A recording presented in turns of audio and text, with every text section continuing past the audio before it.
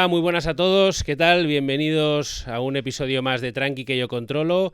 Una entrevista más, estas entrevistas que hemos titulado Voces. Hoy nos acompaña Eduardo. ¿Qué tal, Eduardo? Pues muy bien, muy agradecido de que nos hayáis invitado. Eduardo es el fundador de Sport2Live, una empresa que combina el deporte y las adicciones. Gracias a esta forma de trabajar, pues estáis utilizando el deporte para ayudar a la gente que está en recuperación. Y hoy viene a hablarnos un poquito de su vida, de su pasado, de cómo cae en el mundo este de los deportes para utilizarlo como herramienta. Y nos hablará también de la empresa y de lo que hacen, que es un trabajo fantástico. A mí me fascinó la primera vez que tuve la oportunidad de hablar con él. Y considero que es un proyecto que ya lleváis 10 años, ¿no? Más de 12. 12 años, es una fantasía, es una fantasía. Tienen un tinglao montado que es una auténtica pasada. Pero empecemos por el principio, Eduardo.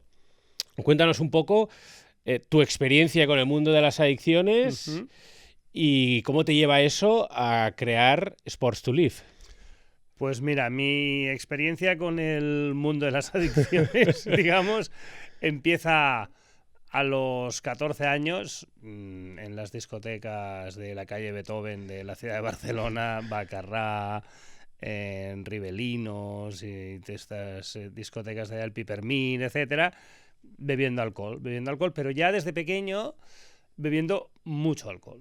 O sea, yo me acuerdo con 14 años de beber una cosa que bastante desagradable, ahora visto con la perspectiva del tiempo, que era una cosa que se bebía en esa época, que era ron con cacaolat. Ron con cacaolat, sí, fuerte la cosa. Y tomarme 6 o 7 rones con cacaolat con 14 años y llegar muy tocado a casa. Pero esto venía ya porque luego, bueno, yo después hice un proceso de recuperación, entonces, como sabes, pues haces mucha terapia y vas tirando para atrás. Y yo en esa época ya tenía muchos problemas de autoestima, de no sentirme valorado, de sentirme poquita cosa, de sentirme... Y yo mantengo amistad con todos los amigos de la clase del Colegio Garbí, y hablando después con la gente decía, tío, tú no tenías ningún problema, pero yo así lo vivía. Entonces, cuando en la primera fiesta aparece la ginebra, etcétera, pues yo siento que eso me calma por dentro. Y entonces, bueno, pues ahí empieza un consumo que al principio, pues obviamente no es una adicción, porque es, yo qué sé, pues 2 sábados al mes, pero un consumo como un muy abusivo, que se va manteniendo, y a los 28 o 29 años se complica con el consumo de cocaína, y a los 38 peta todo de forma espectacular. Y entonces, pues bueno, pues yo tengo que, bueno, un poco sugerido por mi familia y porque no me quedaban muchas más alternativas. Hay que tomar cartas en el asunto, ¿no? Sí, pues hago un ingreso en una clínica de una clínica de tratamiento de adicciones, estoy 3 meses, pido la alta voluntaria, en mi casa me buscan otra clínica, me estoy 3 meses, pido la alta voluntaria, me voy de malas maneras, y entonces ahí en esa clínica sugieren a mi familia que no me abran las puertas, que me dejen en la calle, que toque fondo y que entonces pediré ayuda de verdad y volveré. Y entonces estoy casi 2 semanas viviendo en la calle. Hostia, en Barcelona. Esto es lo que alguna vez hemos hablado aquí en Tranqui que yo controlo, el amor duro, ¿no? Que se dice que hay un momento en el que los terapeutas y los profesionales que están llevando tu caso en casa dicen, oye, es que si esta persona es consciente de que tiene un salvavidas, pues va a seguir con las mismas dinámicas, hay que cerrarle las puertas, y te pasas 2 semanas en la calle. ¿Y qué tal esta experiencia? Muy heavy, muy fuerte.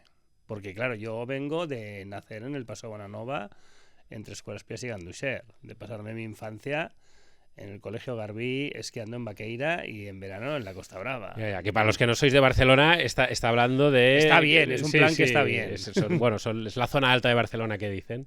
Y entonces, pues claro, verte en la calle, entonces, bueno, pues al principio voy trampeando,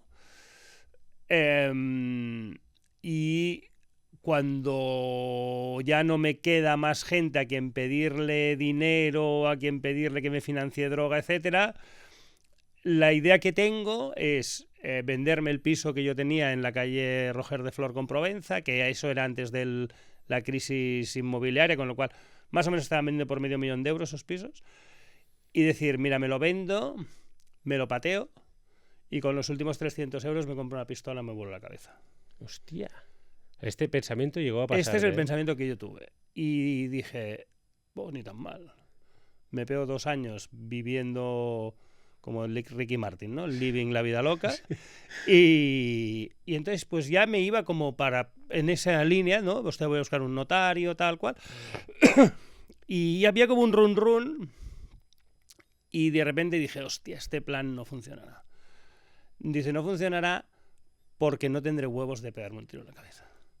Y me veré dentro de 2 años con una pistola en la mano sin tener huevos de pegar. Y digo, y a ver si entonces voy a matar a alguien. Y entonces sí que la liaré, ¿no?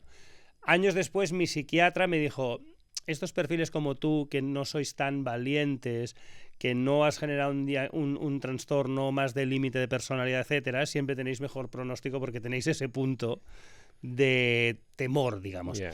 También yo lo achaco a que es verdad que yo tuve una infancia muy feliz y muy contenta y una muy buena educación, entonces quieras o no, a mí me educaron en unos valores. O sea, yo nunca he atracado, nunca he robado, nunca cuando he tenido que buscarme la vida ha sido más, hostia Alejandro, déjame 300 euros que tengo que pagar, que una multa, que no sé qué, se me ha llevado el coche la grúa, más de este perfil, más que de atracar, de robar, etcétera, ¿no? Pero llega ahí ese momento, entonces cuando digo eso, digo, pues entonces no me queda otra que volverme a ingresar. Y entonces me ingreso en un centro, o me ingresa mi familia en un centro, donde estoy 23 meses ingresado. Y como yo voy obligado, los primeros 6 meses o 7, si tú firmas un contrato de 18 meses y estoy, pensando, ya pasarán 18 meses, saldré y yo, pues pensando en salir y otra vez la juerga, la fiesta, tal cual. Y entonces lo que comentabas tú del amor duro, a una reunión familiar vino mi padre, que mi padre lo hizo muy bien, mi padre hizo muy bien todo el tratamiento mío. Y me dijo, si no sales del alta terapéutica de aquí, ahí donde están las cuadras de los caballos, ya he hablado con Martí, que era el dueño, te haremos una casita de madera aquí te quedarás toda tu puta vida.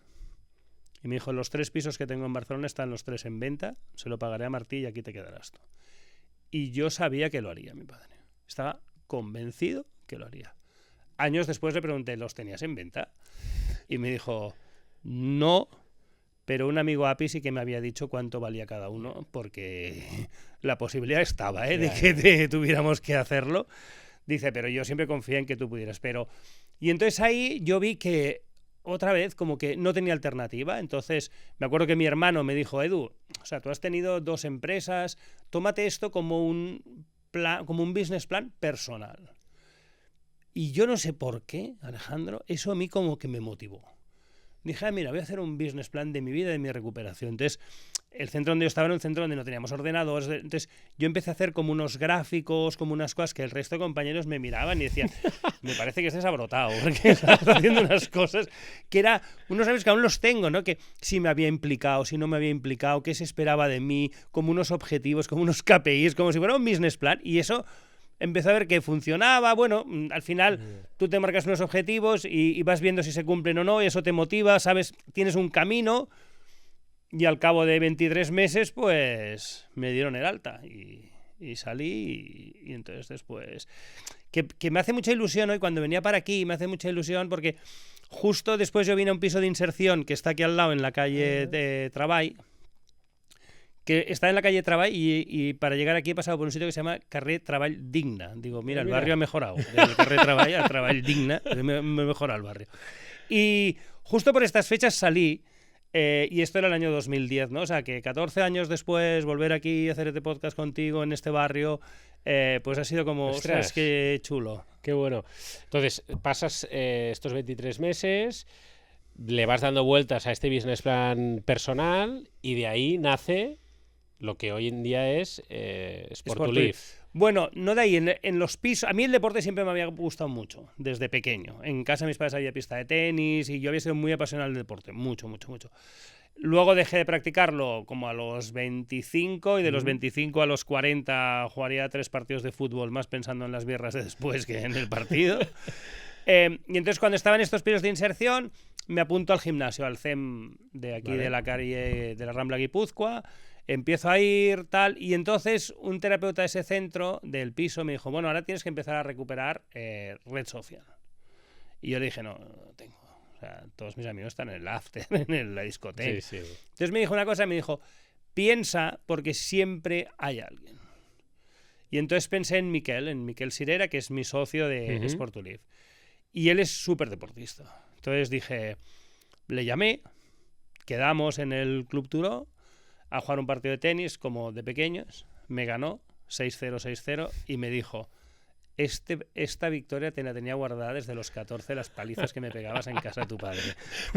Digo, hostia, nene, sí que tenías aquí el rencor ahí guardado, sí que has aguantado. Pero nos reímos mucho y entonces él me dijo, hostia, vente aquí y yo te presentaré gente y yo te ayudaré y conocerás. Y yo vi que el sitio era como un club súper chulo, un club de tenis, bueno, muy agradable y tal. Y claro, aunque el precio era un precio elevado, comparado a lo que me gastaba yo en juerga, droga y tal, digo, hostia, 4 duros. Y más lo que va a suponer a nivel... Y lo que va a suponer a nivel de todo. Networking y de conocimiento de gente y etc. Entonces me apunté ahí y esto era como en junio del 2010 y entonces yo me acordé que Miquel había hecho triatlones y entonces vi que había el triatlón de Barcelona en octubre. Entonces empecé a ver entrenos y los entrenos eran de 8 semanas y yo tenía junio, julio, agosto, septiembre, octubre, 5 meses. Y dije, hombre, si aquí la gente en 8 semanas se puede entrenar, yo en 5 meses seguro que llego. Y me apunté y empecé a entrenar. Pero yo me apunté al triatlón porque me parecía como entretenido entrenar un día nadar, un día correr, un día ir en bici, un día hacer algo de fuerza. Como que no era una cosa que era más dinámico. Y acabé el triatlón de Barcelona 2010, que para mí fue la bomba. O sea, fueron unas experiencias brutales. O sea, yo me acuerdo que vinieron a verme mi prima Adela, Oriol, Camila, que en ese momento era pequeña. Me acuerdo que cruzar la meta y llorar, que viene una chica Cruz Roja y me dice, ¿estás bé? Y le digo, estic molt emocionat. Y me dijo, doncs disfruta-ho, ¿sabes? Y lo recuerdo como algo impresionante. Y entonces, un mes después, en noviembre del 2010, un compañero mío de proceso, Sergi, murió de una sobredosis. Y entonces yo dije, ¿por qué se ha muerto Sergi y yo no? ¿Sabes? Y dije, el deporte. El deporte me ha dado una alternativa de ocio saludable, unas rutinas saludables, nuevas amistades, un propósito en la vida, tener una vida con significado. Yo me acuerdo que algunos familiares míos me decían, hostia, es que yo, Edu, les digo a mis amigos, ¿te acuerdas que el primo mío, que era un drogadicto, dice, ahora es triatleta? Que es de aquí, yo no soy triatleta, yo hago triatlones. Triatletas son los de las Olimpiadas, yo solo los hago, no soy. Pero en el fondo sí que yo me sentía muy bien, ¿no? Decir, soy triatleta. ¿Sabes? Claro, está claro. Sientes, hostia, que haces cosas que la gente, que al final, tú, Alejandro, has hecho mucho deporte, todo depende del ritmo que vayas, la velocidad que vayas y que un triatlón, con un poco de entrenamiento, lo puede hacer cualquiera en 3 horas y media. Ahora, si lo quieres hacer en 2 y media, ya la cosa cambia. Pero en 3 y media la puede hacer cualquiera. Que quiera hacerlo y que quiera entrenarse. Y entonces, ahí vi esto del deporte y empecé a darle vueltas, empecé a ver qué iniciativas había en el mundo, qué... Tal. Era una época que no tenía pareja, entonces fin de semana tenía tiempo libre, yo trabajaba en Movistar. Y un día, después de jugar un partido de tenis, a Miquel se lo digo. Le digo, Miquel, mira, he pensado en esto. Y entonces Miquel, que es un tío muy cerebral, él es ESADE, máster del IES, director financiero de grandes corporaciones y tal, me dice, bueno, pero ¿tienes algún documento? Y yo, sí, como ya lo conozco. Vengo preparado. Aquí está el documento. Dice, bueno, déjame un par de días y me lo miro. Y al cabo de un par de días me dijo, esto está bien. Dice, la idea está bien, a mí me gusta. Dice, oye, vamos a meterle tiempo, no dejes tu trabajo en Movistar, yo tampoco dejo el mío, vamos a meterle tiempo, busquemos una persona que sea INEF para que nos ayude en la parte deportiva. Y entonces se incorporó Marcos y después incorporamos a María Rubira. Y entonces en febrero del 2013 nos fundamos. Y en septiembre del 2013 hacíamos el primer entreno con una persona, con Jordi. que estábamos los 3 socios y nos mirábamos como diciendo, hostia, pedazo de empresón que hemos montado, ¿no? O sea, Bueno, 3 socios y 1. Luego leí que Amazon también empezó vendiendo un libro. Sí, o sea, está todo claro, empieza por todo uno. empieza por uno, claro. Entonces, pues 1, 2, 3, la cosa fue funcionando y hoy tenemos, pues, entrenamos 1.500 personas, 1.400 y pico personas por semana en más de 100 programas. Pero el origen es ese, es haber visto que el deporte me funcionaba. Y bueno, vas también investigando, ves que eso tiene un sentido, que hay mucha gente que le gusta el deporte y al final es, bueno, darle a través del ejercicio físico y del deporte una vida con propósito y con significado. Está muy bien, ya te digo que cuando escuché... Me habló Inés, que hoy no está con nosotros, pero ella fue la que me dijo, oye, que conozco a Eduardo, que tiene esta empresa, que utiliza el deporte, y yo que también soy un enamorado del deporte, pues pensé, hostia, qué buena idea y qué forma tan interesante de darle un giro a la vida de uno y de coger lo negativo que ha sido toda la parte de las adicciones y volcarlo en un proyecto que utilizando el deporte, en tu caso, que es lo que a ti te llenaba, ¿no? Poder ayudar a este sector con algo tan sencillo como hacer ejercicio, ¿no? Que parece una tontería que se dice, hacer ejercicio, ¿no? Pero qué pasada que pueda funcionar y que pueda ayudar. En tu opinión, y con todos los años de experiencia que tenéis, ¿por qué es buena una herramienta como el deporte para afrontar una adicción? Vale, o sea, primero tendríamos que partir de una recomendación de la Organización Mundial de la Salud que dice que las personas de más de 18 años tendríamos que hacer 150 minutos de ejercicio físico a la semana.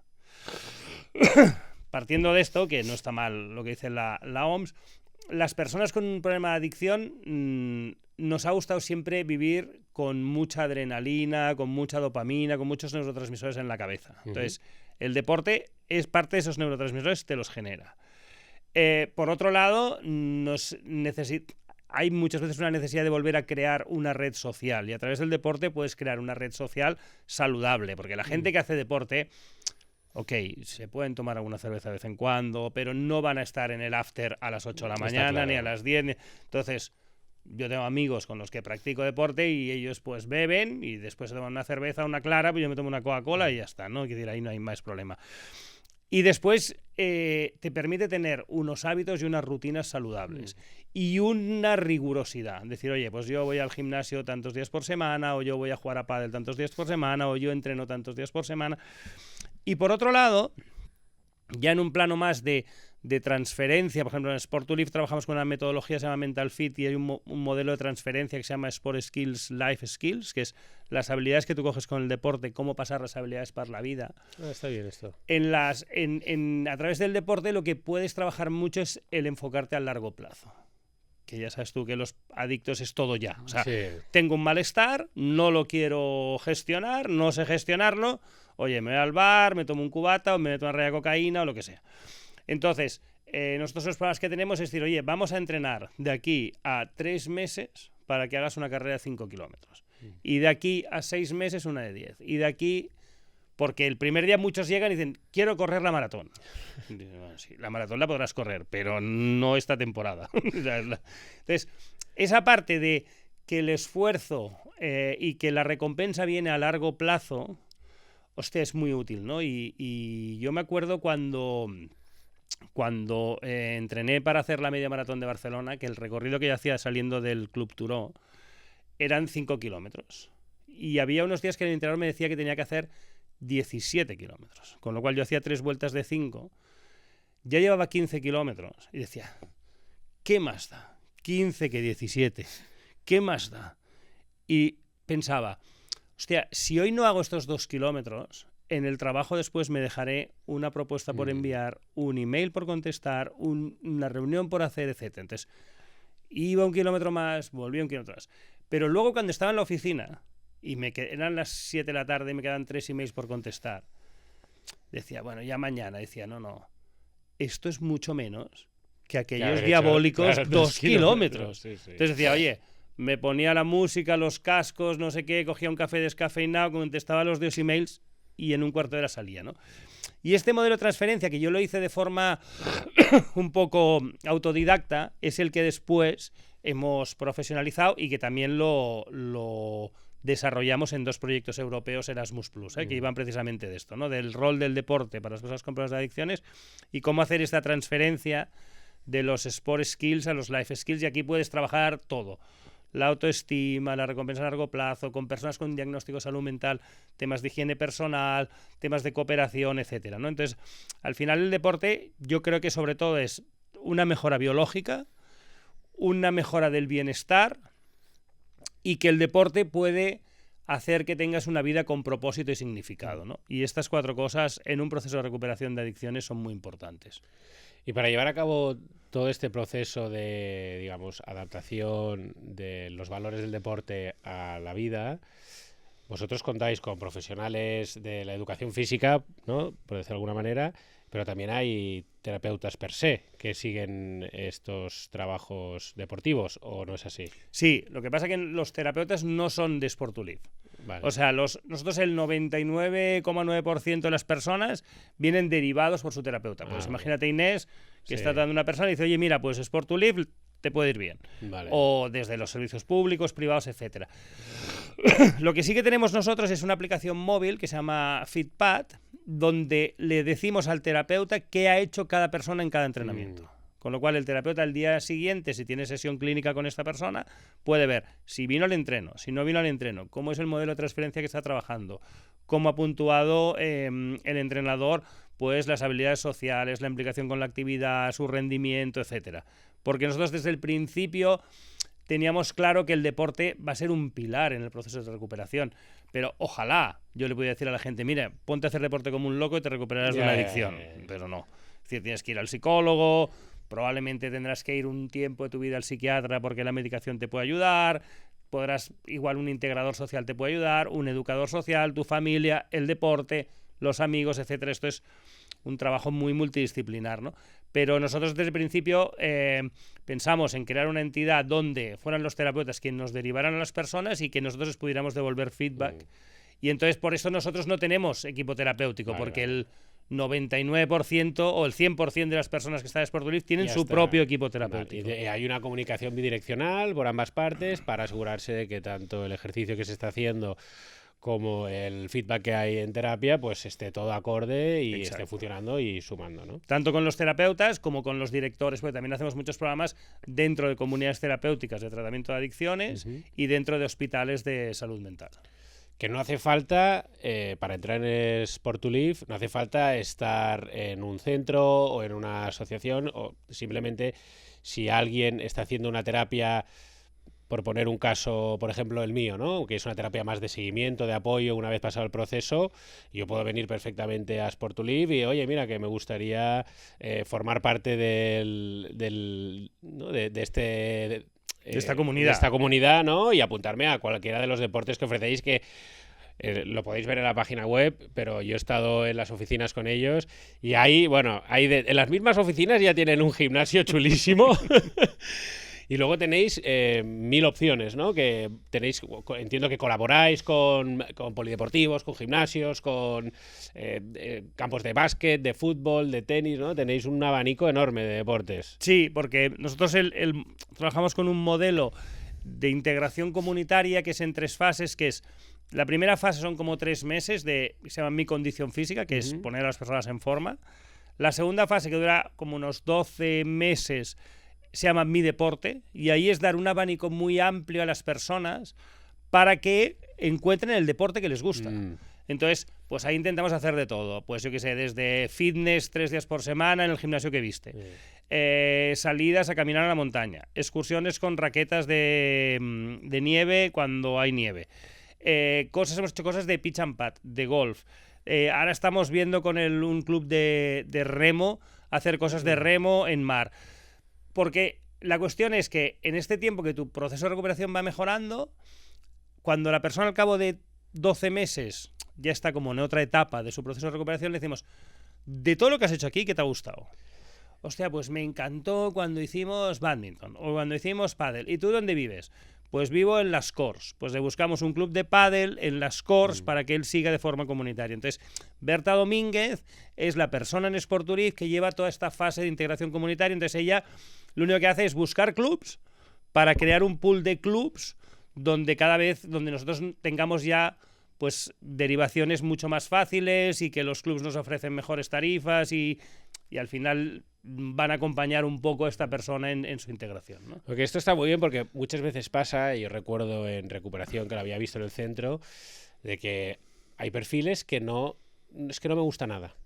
Es que no hay nada que me llame la atención, no hay nada que me apasione, ya sea en el deporte, en el mundo laboral, en lo que sea, ¿no? Pues vosotros decís, oye, ¿no te gusta nada? Tranquilo, vamos a hacer 50 cosas hasta que haya algo que digas, ostras, pues mira, pues lo del bádminton me ha hecho mucha ilusión, me ha gustado, me lo he pasado, es un deporte en el que me siento cómodo, el que lo disfruto, me divierto, y a partir de ahí es, oye, pues ya tienes donde agarrarte, ¿no? Bádminton, te buscamos dónde puedes hacerlo y a partir de ahí disfrutar. Está muy bien, es bueno, es un seguimiento muy completo de la persona que se está recuperando y que, como digo, no hace falta que esté en proceso de recuperación, que puede ser ya un paciente que le hayan dado el alta y aún así quiera seguir disfrutando de la comunidad. El deporte, porque al final el deporte, si no es una cosa que te gusta, va a ser muy difícil que lo mantengas en el tiempo. O sea, va a ser muy difícil. Has de encontrar lo que te guste. Lo que sí que es verdad es que al final es muy difícil que no haya nada que no te guste.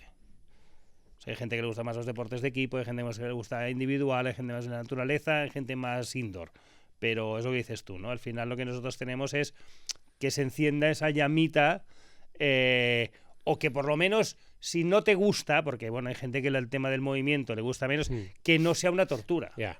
Bueno, oye, no me gusta mucho hacer deporte, però mira, caminar m'ho passo bé, tu, per carreteres aigües. Ja pues bé, surt a caminar 3 dies per setmana i perfecte. Ya está, una mica de xerinola. Y ya está, tú. ¿Vistes?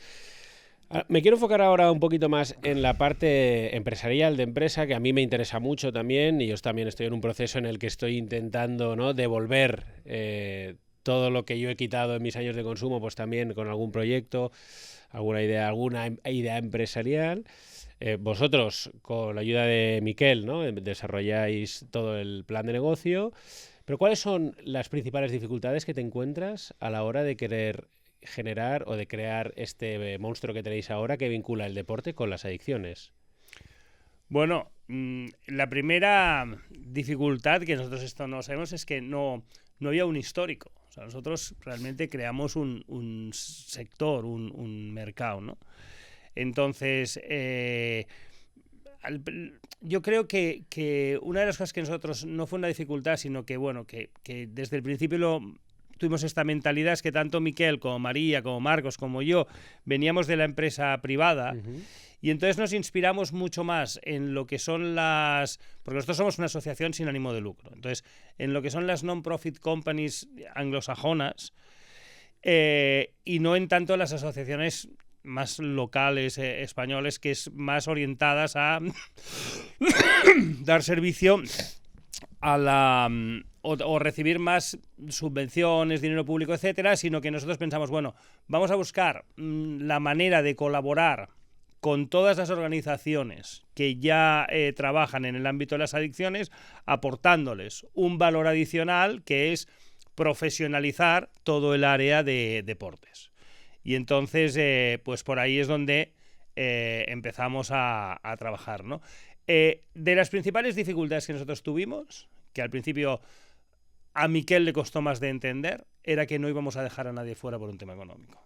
Y aunque nosotros tuviéramos unas tarifas, si venía una persona que nos decía que estaba en la calle, que yo sabía lo que era estar en la calle y quería hacer deporte, pues cuota cero. Y entonces Miquel, que él es financiero, claro, los financieros solo ven números. Ya. No cuando ven un cero, cuando ven un cero dicen, esto no está sumando, hostia, tío. El cero es al final de la cuenta de resultados, que hay que dar cero, que haces, ¿sabes? Pero aquí en medio, y él decía, no, bueno, es que decía, bueno, ya, pero entonces, pero ¿y con qué tarifa? Y entonces le tuve que explicar que tendríamos una tarifa cero. Y me dice, uy, qué miedo me das, porque tú, con tal de ayudar a la gente, vas a meterlos todos a tarifa cero. Entonces, al final, después de años, lo que sí que lo que tenemos ahora es que son los usuarios quien decide su tarifa. Entonces, según su nivel de ingresos, y en el gimnasio que tuviste hay un póster, según su nivel de ingresos, escoge la tarifa que paga. Y entonces yo en el póster ese puse una frase que dije, recuperarse una adicción va de ser honestos. Entonces, ¿ellos pueden engañar? Sí, nos pueden engañar. ¿Nosotros vamos a revisar? No. También te digo, los que nos han engañado los hemos pillado a todos. Porque ¿sabes qué pasa? Dicen que no tienen ingresos, se engrescan y luego se compran unas bambas de trail de 200 euros. Que dices, hostia, ¿cómo puede ser eso? Bueno, ves que digo, mírate la tabla, haz un contrato nuevo y pon los ingresos y ya está. También es verdad que hemos pillado los que hemos pillado. Ahora, alguno que ha de estar riéndose ahora y decir, a mí no me pillaron. Pero bueno, las máximas dificultades cuando montas un proyecto de este tipo es esta. Que te vas encontrando gente por el camino que hay que ayudarles. Y que luego muchas veces, oye, las cosas vuelven y te llaman, que están trabajando en una empresa, que su empresa quiere hacer cosas de RSC y que ellos han dicho y al final te acaba devolviendo. Y la vida, siempre hay este payback de la vida, ¿no? Pero las máximas dificultades son esas, ¿no? Que tú no puedes dejar a gente fuera como si tú fueras Apple, decir, oiga, pues si usted no tiene 1.000 euros para un iPhone, pues no sé, cómprese un Android de 150. Al final son proyectos, hostia, hechos mucho desde el corazón y mucho para ayudar a las personas, y entonces hay que buscar, pues otras maneras de financiar ese gap que vas a tener, ¿no? Y nosotros en esto sí que hemos tenido la habilidad y hemos, pues yo qué sé, pues la Fundación del Pep Guardiola nos ayuda, Kinorgan nos ayuda, Barents nos ayuda, la Fundación Coloma nos ayuda, Nike nos ha ayudado mucho, la Fundación de la Obra Social La Caixa nos ayuda. Bueno, pues al final hay que buscar otra parte de financiación, explicarles cuál es tu proyecto y a partir de ahí poder tejer estas alianzas. Yo creo que es un proyecto empresarial que tarde o temprano tiene que ser caso de estudio, porque es una auténtica maravilla. O sea, ojalá. Desde cómo nace, por qué nace, cómo se crea, cómo sois capaces de hacer que funcione, porque al final, por muchas ideas que tenga uno, hasta que no las vuelcas en un papel y empiezas a valorar por dónde se puede tirar, por dónde no, encontrarte problemáticas o situaciones como estas que, oye, no quiero dejar a nadie fuera, vale, ok, pero esto me afecta de esta manera, tengo que ser capaz de aportar desde otros puntos.